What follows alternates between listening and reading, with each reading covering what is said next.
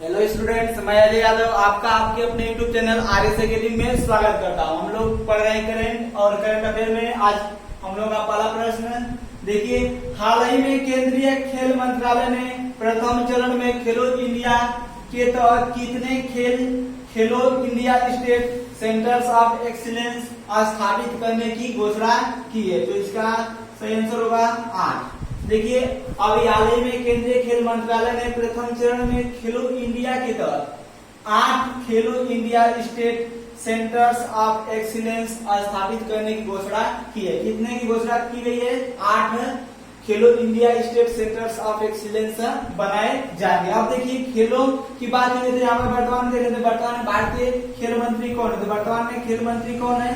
किरण रिजिजू। कौन है खेल मंत्री? वर्तमान में किरण रिजिजू है।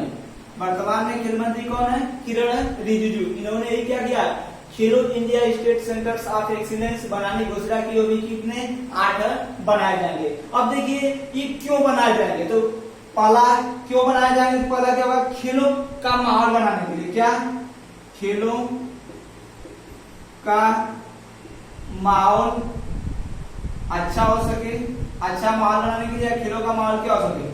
अच्छा हो सके, इसके लिए। और वर्तमान में जो राज्य है वहां पर क्या हो? खेलों का, या ऐसे कर सकते हैं ट्रेनिंग सेंटर उपलब्ध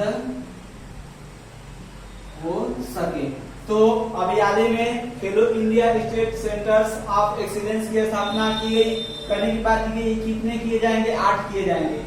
वर्तमान में खेल मंत्री किरण रिजिजू है, इन्होंने घोषणा की है। अब देखिए, क्यों ऐसी घोषणा की गई है कि स्टेट सेंटर ऑफ एक्सीलेंस क्यों बनाए जाएंगे? तो खेलों का माहौल अच्छा हो सके, इसके लिए बनाए जाएंगे। और ट्रेनिंग सेंटर पर्याप्त मात्रा में उपलब्ध हो सके, इस कारण से इसको बनाए जाने की बात की गई है। अब देखिए, यह यहाँ पर दिया है कि स्टेट सेंटर तो भी कितने बनाए जाएंगे?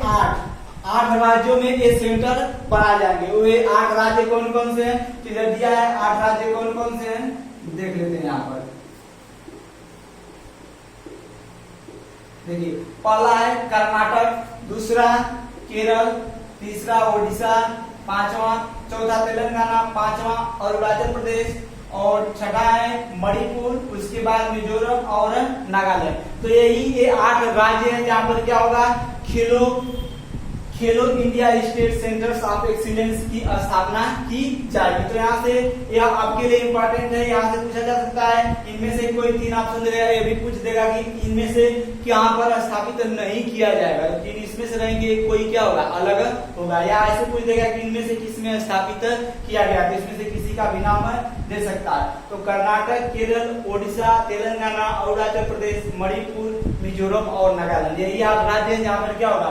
खेलो India state centres of excellence की स्थापना की जाएगी। अब क्यों की जाएगी? तो आपको बताया गया कि खेलों का माहौल अच्छा बनाने के लिए और पर्याप्त मात्रा में ट्रेनिंग सेंटर उपलब्ध हो। अब देखिए, खेलो इंडिया की बात है तो अभी हाल ही में खेलो इंडिया यूथ गेम, खेलो इंडिया यूथ गेम्स 2020, इसका आयोजन कहां पर किया गया? तो यह आयोजित किया गया था गुवाहाटी में। गुवाहाटी असम में आयोजित किया गया था और यह तीसरे नंबर का था। मतलब कौन सा खेलो इंडिया यूथ गेम था? तीसरा संस्करण इसका था। अब देखिए, 2020 का आयोजित कहां पर किया गया? तीसरा संस्करण गुवाहाटी असम में आयोजित किया गया। इसमें महाराष्ट्र प्रथम नंबर पर था। मतलब पदक तालिका में पहले स्थान पर कौन था? महाराष्ट्र था। दूसरे पर हरियाणा था, और तीसरे नंबर पर दिल्ली था।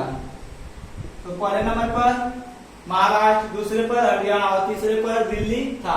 तो यहाँ से इतने प्रश्न बनते हैं जो इम्पोर्टेंट है और इसको ध्यान रखिएगा। और ये भी कई बार परीक्षाओं में पूछा जा चुका है और आगे भी आने की इसकी संभावना है। खेलो इंडिया यूथ गेम्स 2020 कहाँ पर आयोजित किए गए?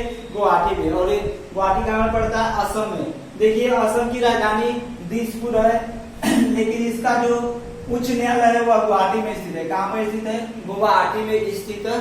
अब हम लोग बढ़ते हैं अगले प्रश्न की ओर। देखिए अगला प्रश्न है, हाल ही में किसे राष्ट्रीय लोक वित्त एवं नीति संस्थान का अध्यक्ष नियुक्त किया गया? तो अभी हाल ही में उर्जित आर पटेल, मतलब उर्जित पटेल को 4 वर्ष के लिए, कितने वर्ष के लिए? 4 वर्ष के लिए। अभी हाल ही में उर्जित पटेल को 4 वर्ष के लिए राष्ट्रीय लोक वित्त एवं नीति संस्थान का अध्यक्ष नियुक्त किया गया है। किनको नियुक्त किया गया है? उर्जित पटेल को। अब देखिए जो उर्जित पटेल है ये कौन है? तो इनको जानने से पहले थोड़ा सा देख लेते हैं। देखिए जो राष्ट्रीय लोक वित्त एवं नीति संस्थान है इसको कहते हैं NIPEP। क्या कहते हैं? NIPEP, यानी कि national institute of public finance and policy. National institute of public finance and policy, public finance and policy. यहाँ पर NIPFP है, यहाँ पर क्या है? NIPFP, या इसको कहते हैं राष्ट्रीय लोक वित्त एवं नीति संस्थान। अब देखिए यहाँ पर बात किसकी हुई है? राष्ट्रीय लोक वित्त एवं नीति संस्थान या national institute of public finance policy, इसकी स्थापना 1976 में की गई थी। कब की गई थी? इसकी स्थापना 1976 ईस्वी में की गई थी। अब देखिए यहाँ पर बात किसकी है? इनको अध्यक्ष बनाया गया है उर्जित आर पटेल को बनाया गया। उर्जित पटेल को कितने वर्ष के लिए? 4 वर्ष के लिए बनाया गया। जो उर्जित पटेल है ये RBI के पूर्व गवर्नर है। कौन? उर्जित पटेल RBI के पूर्व गवर्नर है, RBI के पूर्व गवर्नर है। और ये किस नंबर के गवर्नर थे? तो ये 24वें गवर्नर थे। कौन? 24वें। और वर्तमान में RBI के वर्तमान में गवर्नर कौन है? तो शक्तिकांत दास। वर्तमान में RBI के गवर्नर शक्तिकांत दास हैं और वे 25वें नंबर के हैं। शक्तिकांत दास वर्तमान में क्या है? RBI के गवर्नर है और यह 25वें नंबर के। कौन से हैं? 25वें हैं। अब देखिए जो उर्जित आर पटेल है इन्होंने किसका स्थान लिया है? तो उर्जित आर पटेल ने विजय केलकर का स्थान लिया। किसका? विजय केलकर का स्थान लिया है। किसने? उर्जित आर पटेल ने। तो अभी हाल ही में उर्जित आर पटेल को राष्ट्रीय लोक वित्त एवं नीति संस्थान का अध्यक्ष नियुक्त किया गया है। कितने वर्षों के लिए? 4 वर्षों के लिए। इन्होंने किसका स्थान लिया है? विजय केलकर का स्थान लिया है। और देखिए ये क्या थे? RBI के पूर्व गवर्नर थे और इस समय RBI के वर्तमान में गवर्नर कौन है? शक्तिकांत दास। किस नंबर के? 25वें गवर्नर हैं। अब देखिए जो यहाँ पर आया था जो संस्था है NIPFP, देखिए राष्ट्रीय लोक वित्त एवं नीति संस्थान। अब देखिए जो यह संस्था है इसको भारत का आर्थिक थिंक टैंक कहा जाता है। भारत का आर्थिक थिंक टैंक कहा जाता है। इस बात को ध्यान रखिएगा। आर्थिक थिंक टैंक मतलब आर्थिक मुद्दों पर सोचने का काम किसका है? NIPFP का है या राष्ट्रीय लोक वित्त एवं नीति संस्थान का है। तो आपसे अगर यह प्रश्न पूछ लिया जाए कि भारत का आर्थिक थिंक टैंक किसे कहा जाता है, तो आर्थिक थिंक टैंक किसे कहा जाता है? राष्ट्रीय लोक वित्त एवं नीति संस्थान या NIPFP को। अब देखिए बात यहीं से एक और प्रश्न बनता है। आर्थिक यहाँ सरकार देखो आपसे पूछे कि भारत का थिंक टैंक किसे कहा जाता है, तो भारत का थिंक टैंक नीति आयोग को कहा जाता है। किसको? नीति आयोग को भारत का थिंक टैंक कहा जाता है। लेकिन आर्थिक थिंक टैंक की बात करें तो किसको कहा जाता है? NIPFP को कहा जाता है, राष्ट्रीय लोक वित्त एवं नीति संस्थान को, जिसका अभी हाल ही में अध्यक्ष किसे बनाया गया? उर्जित आर पटेल को 4 वर्षों के लिए। वे कौन है? RBI के पूर्व गवर्नर। वर्तमान में शक्तिकांत दास है और जो शक्तिकांत दास किस नंबर के हैं? 25वें हैं। और जो राष्ट्रीय लोक वित्त एवं नीति संस्थान है इसको भारत का आर्थिक थिंक टैंक कहा जाता है। अगर आर्थिक की बात न करें केवल थिंक टैंक की बात करें तो कौन हो जाएगा? नीति आयोग हो जाएगा। और जो यह संस्था है इसकी स्थापना कब की गई थी? 1976 में की गई थी। अब हम लोग बढ़ते हैं अगले प्रश्न की ओर। देखिए अगला प्रश्न है, हाल ही में किस भारतीय प्रौद्योगिकी संस्थान में कोरोना के इलाज हेतु सस्ती वायरल ट्रांसपोर्ट मीडिया तथा आरएनए आइसोलेशन किट विकसित किए। तो किसने किया है? भारतीय प्रौद्योगिकी संस्थान गुवाहाटी, भारतीय प्रौद्योगिकी संस्थान गुवाहाटी ने ऐसा काम किया है। इसको कर सकते हैं आईआईटी गुवाहाटी। तो देखिए अभी हाल ही में भारतीय प्रौद्योगिकी संस्थान गुवाहाटी या आईआईटी गुवाहाटी ने कोरोना के इलाज हेतु सस्ती वायरल ट्रांसपोर्ट मीडिया तथा आरएनए आइसोलेशन किट विकसित की है। तो देखिए पहले इसको जो यहाँ पर बात है पहले इसको देखते हैं। सस्ती वायरल ट्रांसपोर्ट मीडिया यह क्या है? तो सस्ती वायरल जो ट्रांसपोर्ट मीडिया है यह एक प्रकार की, देखिए जो सस्ती वायरल ट्रांसपोर्ट मीडिया यह एक प्रकार की पद्धति है। क्या है? एक प्रकार की पद्धति है जिसमें क्या होता है कि नाक और मुंह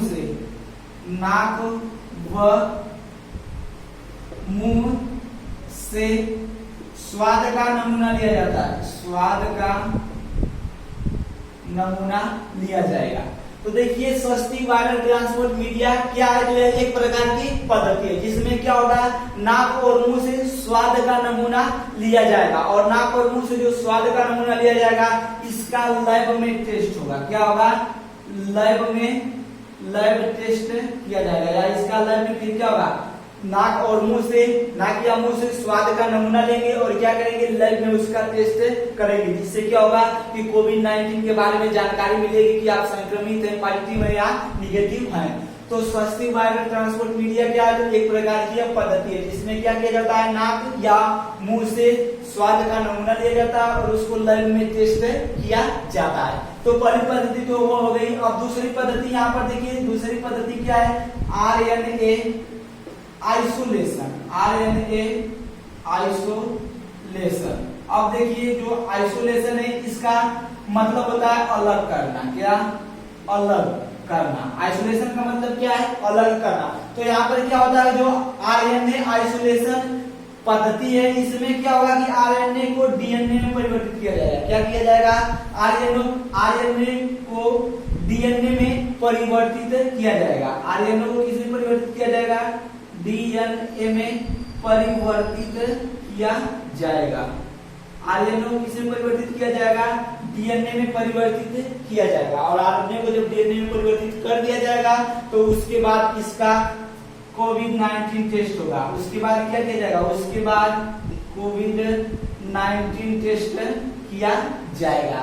तो अभी हाल ही में भारतीय प्रौद्योगिकी संस्थान यानी कि आईआईटी गुवाहाटी ने क्या किया है कि कोरोना के इलाज हेतु सस्ती वायरल ट्रांसपोर्ट मीडिया तथा आरएनए आइसोलेशन किट विकसित की है। अब देखिए इसमें दो पद्धतियां हैं। पहली क्या है, सस्ती वायरल ट्रांसपोर्ट मीडिया, यह एक ऐसी पद्धति है जिसमें क्या होता है, नाक और मुंह से स्वाद का नमूना लिया जाता है और उसको क्या किया जाता है, स्वाद का नमूना लेने के बाद उसको लैब टेस्ट किया जाता है।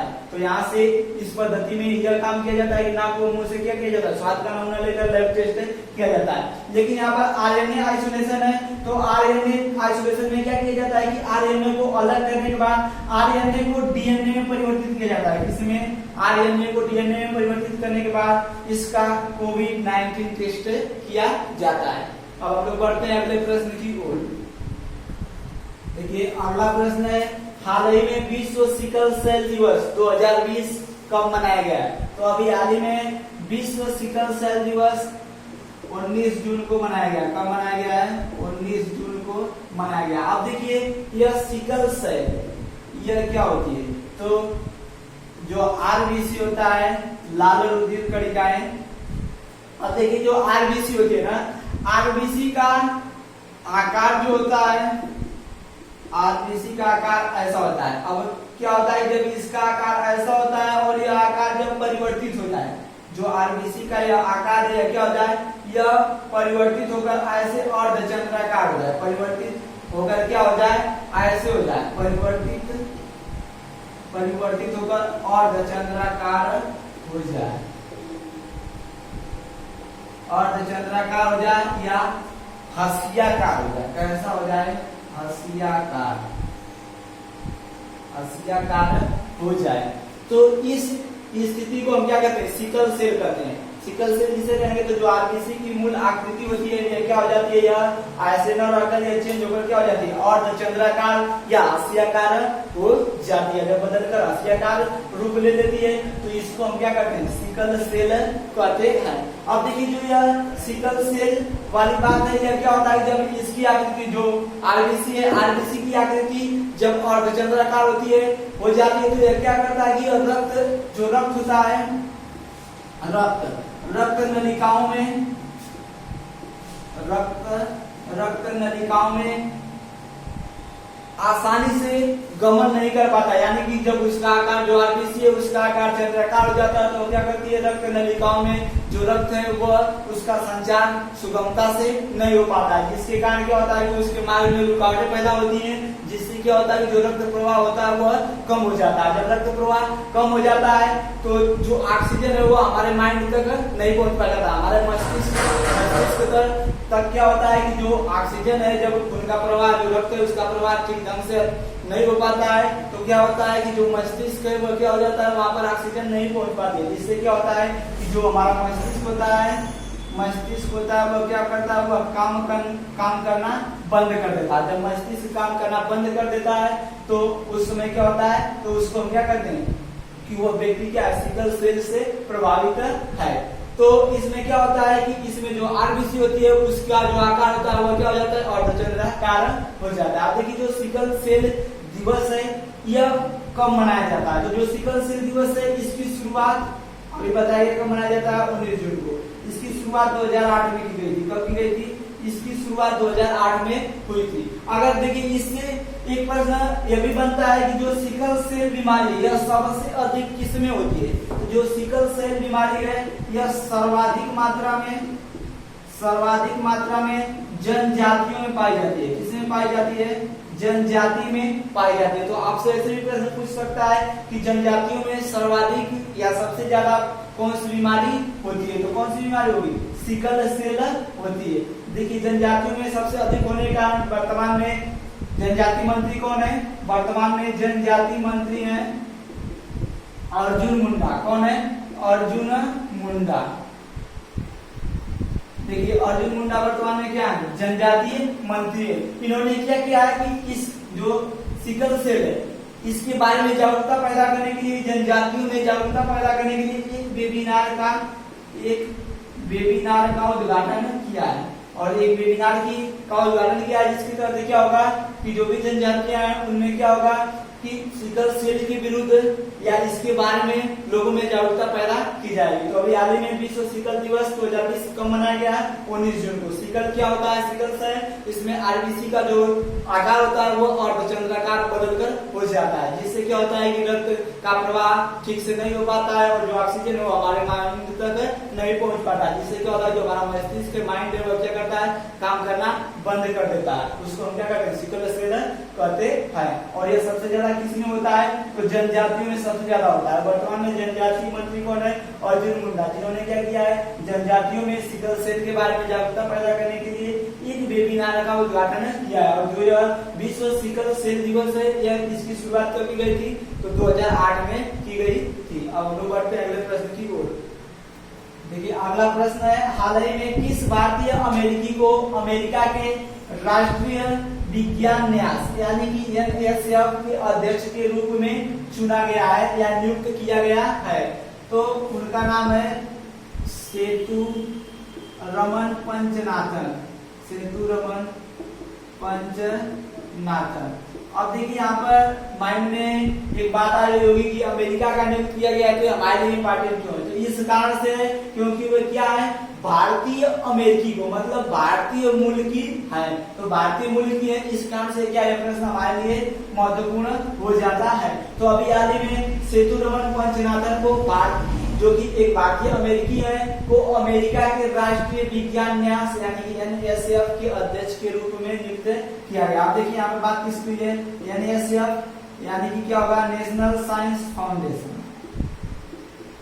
नेशनल साइंस फाउंडेशन,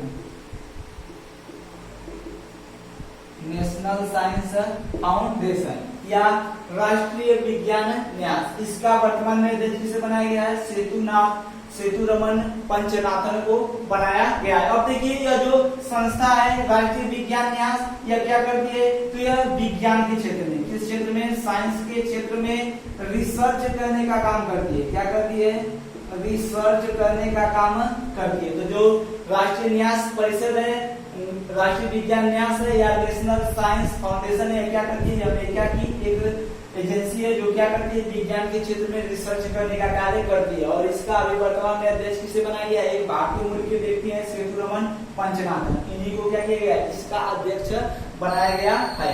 अब देखिए यहाँ पर सेतुरमन पंचनाथन को तो इसका अध्यक्ष बनाया गया। अब यहाँ पर इनको नियुक्त किसने किया है, यह पद किसने दिया है, तो बताया गया कि जो एनएसएफ है यानी नेशनल साइंस फाउंडेशन है, इसका अध्यक्ष बने हैं सेतुरमन पंचनाथन। अब इनको नियुक्त किसने किया है, तो सीनेट ने इनको नियुक्त किया है। किसने नियुक्त किया है, सीनेट के द्वारा नियुक्त किया गया है। किनको, सेतुरमन पंचनाथन को राष्ट्रीय विज्ञान न्यास के अध्यक्ष के रूप में किसके द्वारा नियुक्त किया गया है, सीनेट के द्वारा। तो यहाँ पर बात आती है सीनेट की। तो सीनेट क्या है, तो देखिए सीनेट के बारे में जानते हैं, दुनिया की सबसे मजबूत उच्च सदन, दुनिया की या विश्व की सबसे मजबूत उच्च सदन या जिसको हम अपने यहाँ क्या करते हैं, राज्यसभा करते हैं। तो हमारे यहाँ क्या होता है, भारत में सबसे बड़ा उच्च सदन कौन सा है, उच्च सदन किसे कहते हैं, राज्यसभा कहते हैं। लेकिन यहाँ पर क्या है, विश्व की सबसे मजबूत उच्च सदन कहाँ के, अमेरिका के, जिसको क्या कहा जाता है, सीनेट कहा जाता है। तो सीनेट क्या है, विश्व की सबसे मजबूत उच्च सदन है और ये कहाँ की है, अमेरिका की। तो अब हाल ही में सेतुरमन पंचनाथन जो कि भारतीय अमेरिकी हैं, इनको अमेरिका के राष्ट्रीय विज्ञान न्यास परिषद का अध्यक्ष बनाया गया है। अब किसने बनाया है, तो सीनेट ने इनको नियुक्त किया है। तो विश्वास से बातें समझ में आई होगी। बढ़ते अगले प्रश्न की ओर। देखिए अगला प्रश्न है, हाल ही में केंद्र सरकार के किस मंत्रालय ने विज्ञान एवं प्रौद्योगिकी प्रोग्राम स्कीम के तहत सत्यभामा पोर्टल लॉन्च किया। तो किसने सत्यभामा पोर्टल लॉन्च किया है, खनन मंत्रालय ने। किसने, खनन मंत्रालय ने।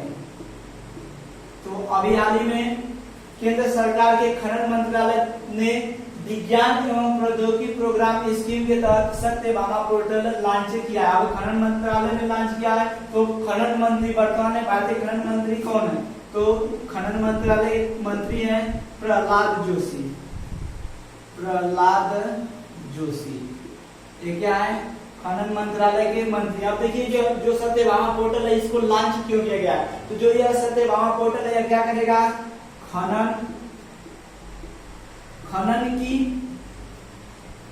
की प्रोग्रेस यानी कि खनन की उन्नति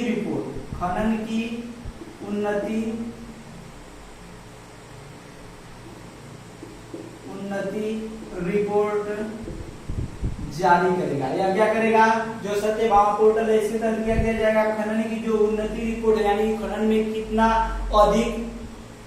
कितना अधिक उछाल आया है, चाहे खनन की जो मात्रा वो कितनी बड़ी है, इसके बारे में क्या करेगी, यह रिपोर्ट देगी। कौन, सत्यभामा पोर्टल ये रिपोर्ट जारी करेगा। अब देखिए ये जो सत्यभामा पोर्टल है यह स्टार्ट कब हुआ, तो यह 15 जून 2020 को स्टार्ट हुआ है। कब शुरू हुआ है, ये जो सत्यभामा पोर्टल है यह कब लॉन्च किया गया है, 15 जून 2020 को लॉन्च किया गया है। किसके द्वारा, खनन मंत्रालय के द्वारा। वर्तमान में खनन मंत्री कौन है, प्रहलाद जोशी हैं। और जो खनन मंत्रालय ने सत्यभामा नामक पोर्टल लॉन्च किया है, यह पोर्टल क्या करेगा, तो यह खनन की उन्नति में जो रिपोर्ट है, जो खनन की उन्नति रिपोर्ट होगी उसके बारे में क्या करेगा, मतलब जो खनन होगा उसमें कितना अधिक हुआ कितना कम हुआ, इसके बारे में क्या करेगा, यह रिपोर्ट जारी करेगा। तो विश्वास है, आशा है कि बातें आप लोगों को समझ में आई होंगी। तो यहीं पर हमारा ये क्लास समाप्त होता है। इस वीडियो को देखने के लिए आप लोगों का धन्यवाद।